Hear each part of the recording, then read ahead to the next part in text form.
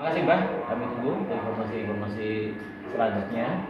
Kemudian untuk selanjutnya kami minta informasi kepada Mas Dondo selaku pemantau bantaran Sungai Serowo yang di sektor atas. Mas Dondo, monggo waktu dan tempat kami persilakan. Waktu dan kesempatannya untuk kami sampaikan untuk informasi kami sebagai pemantau Sungai Senowo yang berhulu dari Merapi. Untuk saat ini kondisi masih landai ya, masih landai dalam arti kita juga tetap bekerjasama dengan rekan-rekan relawan kita yang di atas, tentunya selalu berikan informasi yang tepat karena berkaitan dengan keselamatan warga. Demikian untuk yang lain aktivitas para relawan ataupun warga yang seputaran Sungai Senowo tentunya masih seperti biasa, walaupun tetap dalam kondisi siaga ataupun mewaspadai dengan adanya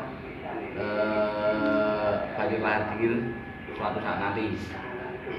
Begitu untuk yang lain-lain mungkin masih belum kita perjelas karena situasi yang kita masih menunggu informasi dari atas. Mungkin bisa disambung dengan yang lain. Terima kasih.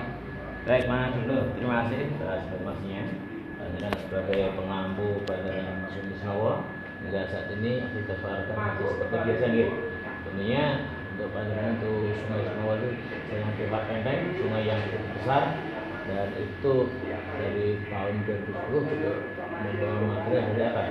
Jadi saya mohon bagi warga yang masih merumput ataupun apa-apa, mohon itu diperjelas. Apabila cuaca sudah tidak mendukung, mohon tidak intinya diperingatkan. Siap. Terima kasih Mas Dondo. Kemudian saya tanya kepada rekan saya, Mbak Darijo, yang ada di sektor bawah.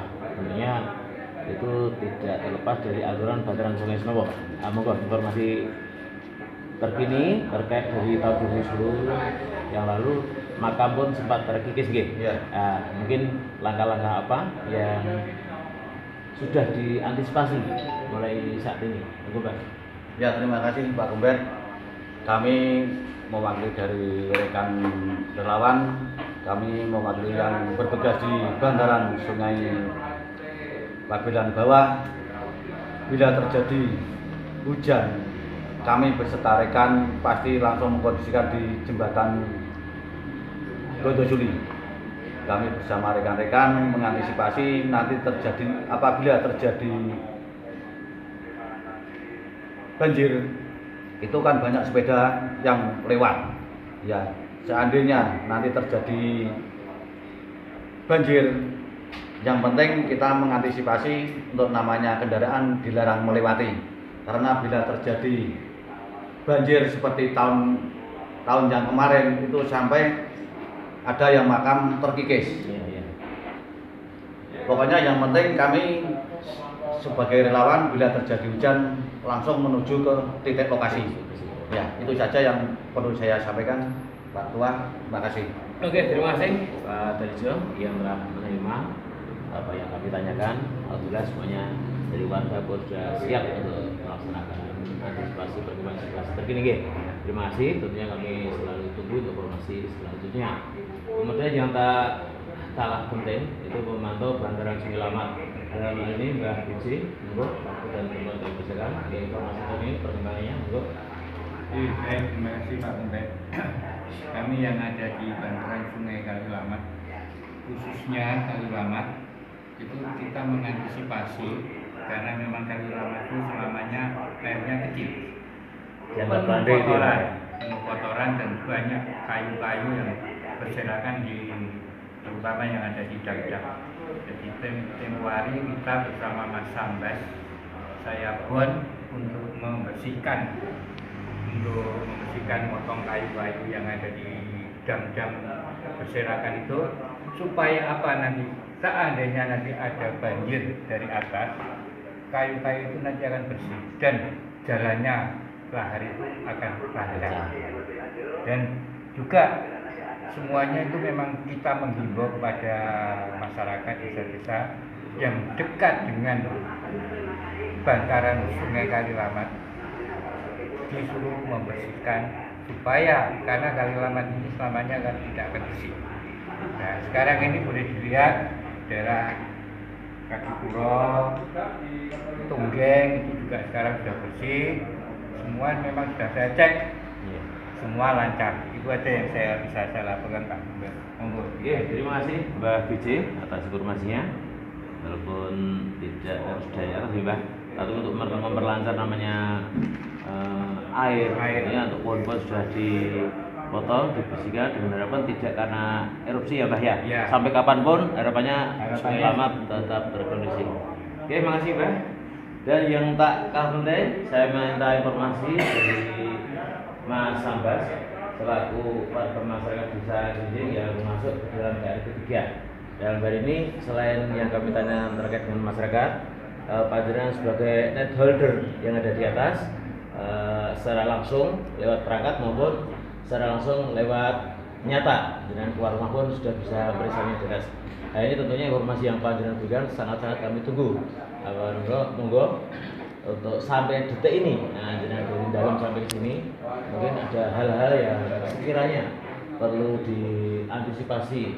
Alhamdulillah untuk penebangan pohon kemarin di sebelah Tegal Soan, dasar saya Mbak, itu sekitar 1 kilo ya. Paling dulu untuk kurang bambu sudah nyaman, yang semula dulu ada roboh, kemarin dari OPRB bisa juga kami laksanakan seperti ini. Ini saya minta informasi dari Mas Sambas di sebelah bawahnya dengan itu yang tikungan dulu sering terjadi longsor. Monggo. Antisipasi adanya Merapi yang sudah aktivitas sudah mulai tanggal berapa itu untuk masyarakat sudah antisipasi kita sebagai relawan yang di atas sering-sering menyampaikan informasi, namun informasi dari saya katakan sangat valid karena apa yang dikatakan atas penglihatan mata saya sendiri tidak saya tambahi, tidak saya kurangi untuk rekan-rekan yang lebih bawah. Saya mohon kepercayaan pada kami yang di atas karena kami sangat valid untuk melihat Merapi karena saya di KRT 3 tidak mau ada korban, ada berita-berita yang tidak signifikan yang kami dapatkan. Tentunya untuk wilayah atau OPRB Binjai sudah antisipasi untuk jalan sudah mulai didirikan. Bila nanti ada pengungsi yang lewat sudah tidak terganggu lagi untuk koordinasi di wilayah barat dan nanti sudah mau diterbangi dan untuk mengatasi rumput-rumput sudah dilakukan. Begitu aja Pak Bungget yang kami sampaikan untuk informasi saat ini. Terima kasih Pak Sambas atas informasinya.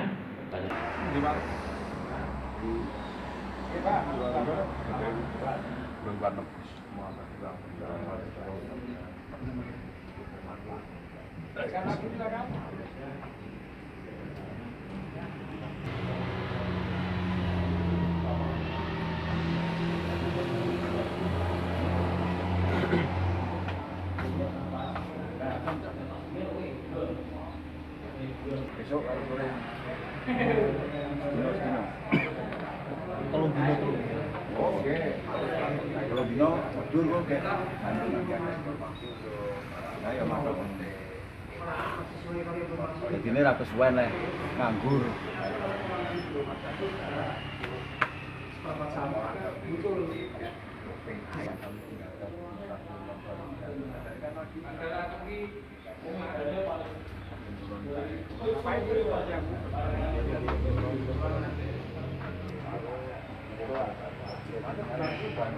Selamat bertugas. Tak lupa salam buat Mbak Uti nggih, mudah-mudahan pinarian sehat semuanya. Stasiun Bonpolo kami tinggalkan, kembali ke lereng Merapi, masih ada rekan silakan pergunakan. Spasi panjang belum dipergunakan, masih bersama 814 radio komunitas relawan lereng Merapi, pemantau bahaya sekunder maupun primer dari Gunung Merapi. Sementara yang bisa kami sampaikan untuk view gunung tidak tampak untuk sinyal Merapi juga flat, alhamdulillah, mudah-mudahan aman terkendali. Silakan dipergunakan 814 Guru Merapi, selamat siang.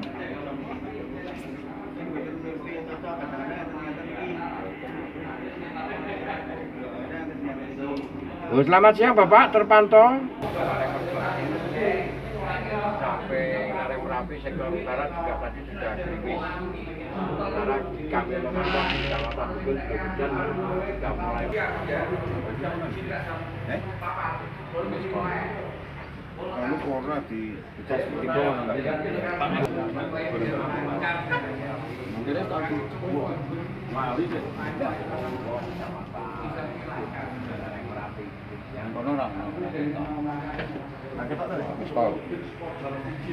Aktif ya?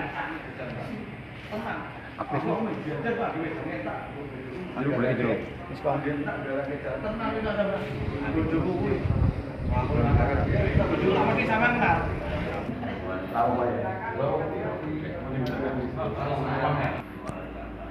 Yang ketiga, Pak, sekarang ini perkembangan Merapi bagaimana? Perkembangan Merapi untuk saat ini masih masuk ke level siaga 3. Nah, dalam hal ini kita sebagai relawan sebisa mungkin untuk membantu warga bila terjadi sesuatu yang tidak kita inginkan. Nah, dalam hal ini sudah ada 4 desa, 4 desa yang kita bersihkan. Otomatis untuk kaum yang masih sehat, fit, sementara masih standby di pemukiman masing-masing. Oke. Lagi? Kalau guguran masih ada? Ya, kalau guguran masih ada, namun yang tidak menjawab langsung adalah dari Dinas BPTKG di Jakarta. Nah, kita mengikuti dari sana, media. Ini di satu sisi kita punya bapak-bapak ini yang sekaligus beliaunya ada di atas. Tidak berdasarkan ukuran dari alat peralatan, namun mata dan telinga yang mendengar dan melihat. Nah, gitu. Mbah Sableng. Oh iya. Kalau Merapi mau meletus itu tanda-tandanya bagaimana? Oh ya, kalau Merapi mau meletus itu tandanya itu salah satunya hewan di atas itu sudah turun semua. Contohnya kera dan hewan-hewan kijang, celeng dan lain sebagainya itu turun ke pemukiman. Itu tanda-tandanya. Dan juga mungkin salah satu warga itu bukannya mitos, tapi sok lewat apa itu event ya Pak? Lewat ya itu dikasih tahu sama yang penghuni gunung. Jadi saat ini belum ada apa itu salopo atau gimana atau lagi hewan-hewan belum turun saat ini. Memang ada guguran juga kelihatan dari atas ke bawah, jadinya batu-batu yang runtuh itu mungkin sondelan dari dalam itu bisa meruntuhkan batu-batu ke bawah. Jadi saat ini intinya belum ada titik-titik api atau titik-titik mau erupsi. Bahkan yang namanya hewan belum turun dan juga menurut mitur wong Jawa mitur impen saloko do diparingi saloko. Ngaten Mas.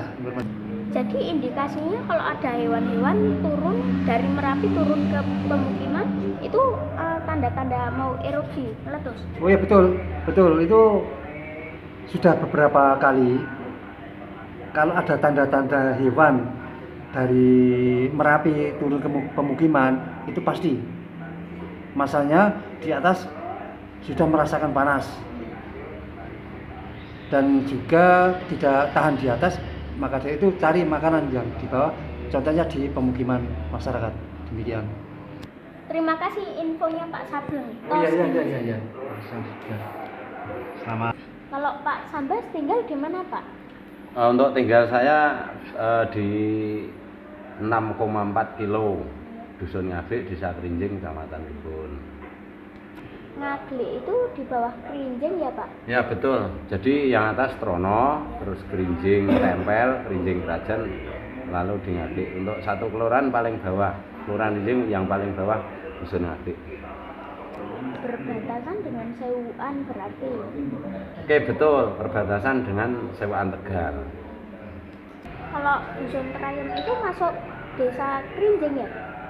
Betul, untuk Trayem itu juga masuk dusun desa Krinjing dan Trayem, Pugeran, Trono termasuk dusun masuk desa Krinjing. Warga Trayem sama Trono itu ada yang ngungsi di Indeyangan juga ya Pak? Betul, warga Trayem, Pugeran, Trono 3 dusun itu yang dievakuasi untuk mengungsi ke Deangan. Namun itu yang kaum rentan saja. Sama balita kalau nggak salah ya? Oh iya betul, sama balita, ibu hamil dan busui, ibu menyusui. Kembali ke Pak Wiro, salah, Pak Sableng.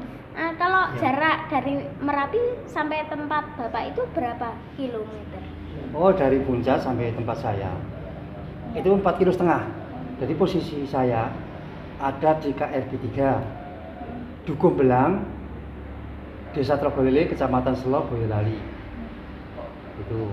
Jadi di antara 4,5 kilo itu sudah termasuk KRB 3. Soalnya KRB 3 itu 5 kilo. Jadi warga setempat di antara 5 kilo, KM 5 kilo itu sudah dievakuasi, khususnya yang lansia, ibu hamil dan juga balita dan ibu menyusui. Itu dia. Pak, kalau Stabelan itu jaraknya lebih dekat sama Merapi ya? Betul. Jaraknya di Dukuh Stabelan itu cuma 3 kilo. Jadi termasuk ring 1. Betul. Kalau tempat saya kan 4,5 kilo. Jadi Stabelan 3 kilo, Stabelan itu 4 kilo, dan di tempat saya 4,5 kilo. Dan yang 5 kilo itu di Ngadirojo. Di perempatan Ngadirojo itu 5 kilo dari Puncak. Itu. Oh begitu. Kalau di Tlogolele itu ada pengungsian kayak ini? Betul. Di Trogolele ada pengungsian di TPPS. Itu usian dari KRB 3 khususnya di Desa Stabelan, Takeran, Belang, dan Gumuk. Itu yang mengungsi di sana. Tapi khususnya lansia, balita, ibu hamil. Namun yang di TPPS ini yang lansia. Kalau ibu hamil dan balita itu di kampung-kampung masyarakat. Itu. Pak, kalau nggak salah itu masuk Kabupaten Boyolali ya? Oh ya betul. Trogolele kan desa. Jadi di antara desa Trogolele itu ada 8 dukuh. Di antaranya Stabelan, Takeran, Belang, Gumuk, Ngadirojo, Karang, Trogolele. Itu. Yang termasuk KRB 3 itu Belang, Takeran, Gumuk, dan Stabelan. Demikian. Terima kasih infonya Pak. Saya mau ke Jembatan Jokowi dulu. Mau lihat-lihat. Oh iya. Bapak jaga kesehatan ya. Oh iya boleh. Nanti silakan ke Jembatan Jokowi, nanti cari informasi di sana. Ya. Saya pamit dulu. Oh iya. Oh. Oke. Pak. Hati-hati ya, Dri. Iya. Iya, hati-hati. Pak, saya mau ke Jembatan Jokowi. Pak, jaga stamina ya. Misi kemanusiaan. Oke, terima kasih ya. Selamat bertugas. Jaga kondisi juga. Monggo. Udah salah. Ambil. Iya. Yuk. Ambil Dik.